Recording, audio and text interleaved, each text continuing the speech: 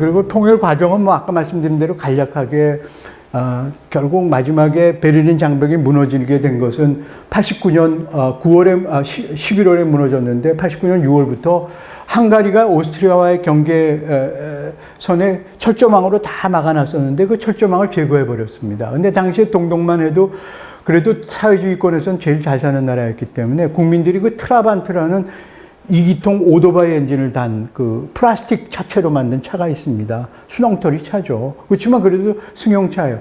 그 트라반트라는 차를 자가용으로 갖고 있는 사람들이 동독에 꽤 있었습니다. 그래서 휴가 때면 그걸 타고 덜덜거리는 차를 타고 헝가리도 가고 체코도 가고 그렇게 다녔다는 거죠. 물론 기차도 가고. 그래서 이 사람들이 동서독 국경지역은 아직 철조망으로 다 막혀 있으니까 헝가리나 체코로 글로 가가지고 휴가 가는 척하고 글로 가가지고 거기서 오스트리아 쪽으로 넘어가는 이렇게 대규모 이제 탈출이 벌어지는 겁니다. 그래서 무려 그 30만 명 이상이 지금 오스트리아 쪽으로 넘어가는 그 걷잡을 수 없는 이런 탈출 사태가 이제 시작되는 거죠. 89년에 들어와서. 그래서 이러한 상황 속에서 호네커 동독 총리는 견디지 못하고 자기 스스로 공산당 서기장직을 내려놓고 자기 스스로 내려왔고요. 그래서 89년 11월에는 베를린 장벽이 무너지니까 이제는 뭐 동서독 간에 이제는 아무런 장벽이 없어져서 동독 사람들이 그냥 다 서독 쪽으로 이제 몰려 나오게 되는 이런 상황이 벌어졌습니다. 그래서 90년 3월에는 동독의 공산 정권이 무너지고 동독에서 처음으로 자유선거가 해가지고 처음으로 그 민주정부가 수립이 됐습니다. 그래가지고 이제 또 민주의회가 수립이 됐고요. 그래서 그 민주정부하고 서독정부하고 이제 교섭을 시작을 해서 첫 번째 결과물이 7월 달에 화폐 경제 사회 통합 조약을 체결을 했고, 동독의 자유선거를 통해서 들어선 민주정부하고 서독정부하고 8월에는 통일조약, 포괄적인 통일조약을 체결을 했고, 그래서 이 조약들이 90년 9월에 동서독 의회에서 각각 비준을 받았고, 그러니까 법적 절차를 다 거친 겁니다. 아무리 빨리 진행이 됐어도 독일 사람들답게 거쳐야 될 법적 절차는 다 하나도 빠짐없이 제대로 거쳤다라고 보시면 됩니다. 그래서 10월 3일 날 최종적으로 통일 절차가 완료가 됐다. 이렇게 보시면 됩니다. 근데 이 독일이 통일되기 위해서는 2차 대전에서 승리한 미국, 영국, 불란서, 소련의 동의가 필요했습니다. 이것은 독일 조약이라는데 제2조에 그렇게 명시가 되어 있습니다.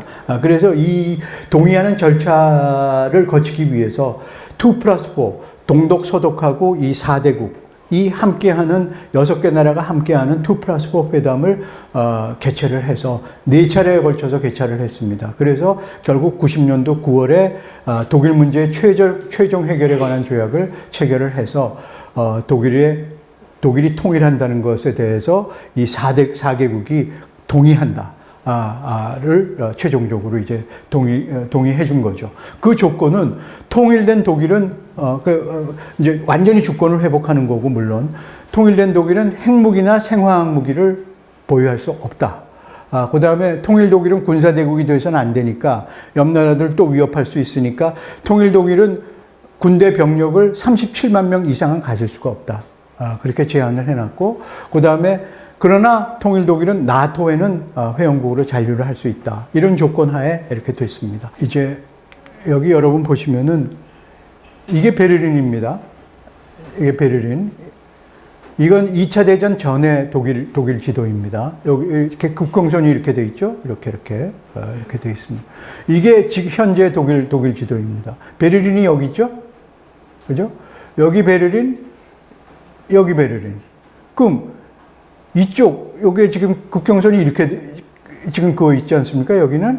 그럼 이쪽 땅들은 다 어디 간 거냐? 요렇게 지금 그거 있으니까 이게 독일 영토의 4분의 1이 넘습니다. 어마어마한 땅들이죠. 어마어마한 면적의 땅. 이거를 다 뺏긴 겁니다. 2차 대전 패전의 책임으로 독일이. 이 땅들은 지금 여기는 폴란드가 됐고, 이쪽이 이스트 프로시아라는 데입니다. 동프로시아. 여기는 소련이 먹었습니다. 이쪽은. 오데르 나이세선. 그러니까 여기 보시면 이게 바로 지금 현재 오데르 나이세 강입니다. 요걸 따라서 국경이 정해졌는데요. 이거를 앞으로 독일이 통일된 독일을 그대로 인정을 하고 절대 이의 제기를 안 하겠다라는 내용의 조약을 체결을 했던 겁니다. 그래서 이제 국경선 문제를 이렇게 확정을 지었고요. 그래서 여기 이 상실된 2차 대전 후에 상실된 영토에 살던 독일 사람들이 1200만 내지 1500만이 다 쫓겨났습니다. 2차 대전 후에 독일의 민족의 대이동이 벌어졌던 겁니다. 저 사람들은 집 다 버리고 약간 그 바퀴 달린 리아카 같은 거 하나씩 끌고 다 걸어서, 전쟁 끝에 아무것도 없으니까 걸어서 애들 걸려가지고 수백 킬로, 1000킬로를 걸어서 다 이렇게 왔으니까 아마 대단한 거죠. 참혹했던 거죠. 그리고 여기가 퀘니스버그라는 동프로시아의 그 수도였는데요. 프로시아가 중심이 돼서 독일을 통일했지 않습니까? 그런데 여기가 바로 초대 프로이센 왕이 대관식을 한 프로이센의 여기 마음의 고향입니다. 그게 바로 이게 소련 땅이 돼서 지금은 소련식으로 칼리닝그라드라는 지금 도시가 돼 있습니다.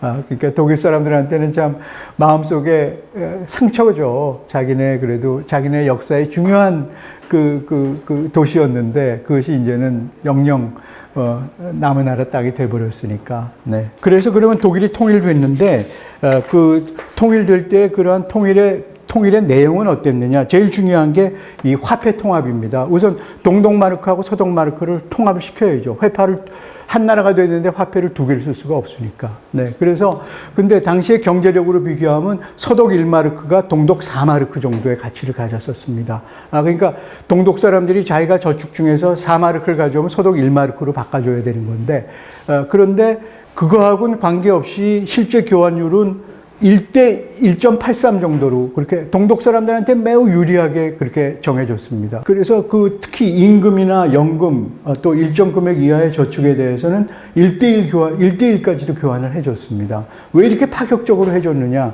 경제 논리로 하면 말이 안 되죠. 당시에 서독의 중앙은행이라든지 경제학자들은 다 반대를 했습니다. 그러면 너무나 부작용이 크니까 안 된다 했는데 코울 수상이 우겨서 저렇게 한 거거든요. 그럼 왜 그렇게 했느냐? 이것은 정치적인 고려가 그러한 경제적인 합리성에 대한 고려보다는 훨씬 더 우선순위였다. 왜냐하면 저렇게 해야지만 동독 사람들이 서독 쪽으로 대규모 바로 움직이는 그런 걸 막을 수가 있었다. 이미 소련에서 고르바초프 대통령, 그러니까 독일의 통일을 용인해줬던 고르바초프 대통령의 당 총서기의 그 위치가 벌써 흔들리고 있었습니다. 그래서 소련의 어떤 정변이 일어나면, 모스크바에서 일어나면 소련이 독일 통일에 관한 입장을 번복할 수도 있으니까 나중에 경제 부작용 어느 정도는 그건 아무것도 아니야. 우선 통일을 완성을 해야 돼. 소련이 마음이 바뀌기 전에. 이런 고려를 했다는 거죠. 근데 그러다 보니까 결국은 경제학자들이 우려한 대로 이렇게 해놓으니까 동독 지역에서 우선 문제가 임금이 급격하게 오른 겁니다. 동독 지역 근로자들이 생산성이 서독 지역 근로자의 30%뿐이 안 됐습니다. 그래서 그런데도 불구하고 동독 지역 근로자가 예컨대 한 달에 1000마르크를 받고 있었다 그러면 이제는 서독 마르크로 그 월급을 주면은 원래 실질적인 가치를 따지면 250마르크만 줘야죠. 동독의 1000마르크를 받았으니까 실제 가치는 4분의 1뿐이 안 됐으니까. 근데 그걸 같이 1000마르크를 줘보십시오. 그 기업이 견뎌낼 수가 없는 거죠. 거기서 뭐 경쟁도 없는 데서 그냥 공급만 하는 목적으로 물건 만드는 공장에서 무슨 좋은 물건을 만들 수가 있었겠습니까? 그런데 임금까지 그렇게 한꺼번에 올려버리니까 환율을 저렇게 해서. 그러니까 그 기업은 다 문 닫게 되는 겁니다. 네, 그런 이제 부작용이 피할 수 없이 불가피하게 이제 나와서 나중에 동독 지역에서 대규모 무려 100만 명의 실업자가 순식간에 몇 개월 만에 나오는 이러한 이제 부작용을 초래할 수밖에 없는 그런 상황이 됐습니다. 민영화를 진행을 했습니다. 아니, 이거 동독 정부가 끈 국유재산, 그러니까 뭐 기업이라든지 가게라든지 국영 상점이라든지 이런 것들이죠. 그래서 1994년까지 4년 동안 9만여 건을 매각을 했는데요. 당초에 서독은 이거 매각하면 이익이 한 6천억 마르크 정도는 날 줄 알았어요. 근데 실제로 팔라고 그래 보니까 구매하겠다는 사람들이 안 나타나는 겁니다. 예. 왜냐하면 그 경쟁력도 없는 기업 누가 살라고 그러겠어요. 그리고 우리 같이 부동산 땅값이 오르는 것도 아니거든요. 독일은 땅값이 안 오르니까. 뭐 땅이 안 오르니까. 그러니까 땅만 보고 투자하는 사람도 없고, 기업은 뭐 경쟁력이 없는 기업 인수해 봤자 소용없으니까. 그렇게 되니까 결국은 1,600억 마르크를 손실을 볼 수밖에 없었고, 그리고 구매자를 찾지 못한 많은 동독 기업들이 그냥 문을 닫을 수밖에 없는, 그러면서 대량의 실업이 또 발생할 수밖에 없는 이런 이제 저게 나왔습니다. 한 가지 예로 우리나라 삼성전관이라고 있습니다. 과거에 우리 TV 브라운관 만드는 삼성전관인데, 그때 동독의 그 베를린 근처에 브라운관 만드는 회사가 있었는데, 그것도 이 민영화 대상에 올랐는데 구매자가 안 나타나니까 저 신탁청 사람이 서울까지 왔다는 거예요. 그래갖고 우리 삼성에 연락을 해서 이거 좀 삼성이 살 의사가 없느냐, 의향이 없느냐. 근데 삼성이 처음에는 관심이 없었대요. 아무리 독일제라 그래도 동독 거 아니겠지 했는데, 이 사람들이 한두 번 더 연락을 하고 나중에는 공항으로 갈 때 삼성 위에서 보고를 받고 그거 한번 해보지 뭐 이렇게 돼가지고 마지막 순간에 해서 거의 무상으로 돈도 안 내고 그냥 인수를 받았대요. 근데 실제로 받아보니까 첫 1년, 2년은 엄청나게 손해를 봤대요. 왜냐하면 제품 불량률이 70%, 80%가 오르더래요. 이 사회주의 그런 그 시계 조립 생산이라는 게 너무나 이게 허술해가지고, 그래도 뭐 거기서는 그냥 쓰는 그런 시장이었으니까. 그래가지고 결국 국리국리하다가 돈을 많이 들어도 거기 공장의 엔지니어들을 한국에 보내서 한국 공장에다가 연수를 몇 개월을 시켰대요. 그랬더니 그때부터 이제 나아지기 시작하더래요. 그래서 그런 경험을 얘기하기도 합니다. 네. 그 다음에 또 하나는 동독 정부가 몰수한 민간 집, 토지, 농토 이런 것도 다 국가가 사회주의 국가니까 몰수를 했지 않습니까? 이것도 돌려줘야 되는데요. 그래서 일단 원상회복, 그대로 돌려주는 걸 원칙으로 하되, 만약 그 땅에 무슨 건물이 아파트가 들어서 있으면 그 땅을 돌려줄 수가 없는 거고, 집이 있었어도 그것이 집이 다 부서져서 없어졌으면은 안 되는 거니까, 그럴 경우에는 금전배상을 한다, 이런 기준을 세웠습니다. 그런데 돈이 너무 많이 들어가니까 그 신청자 대부분은 하여튼 원상회복, 있는 그대로 땅이나 건물을 돌려달라 했고, 왜냐하면 금전배상은 당시의 시세의 10%만 배상하는 거로, 그렇게 100% 주면은 도저히 감당이 안 되니까 재산은 찾아주되 그렇게 했다는 거죠.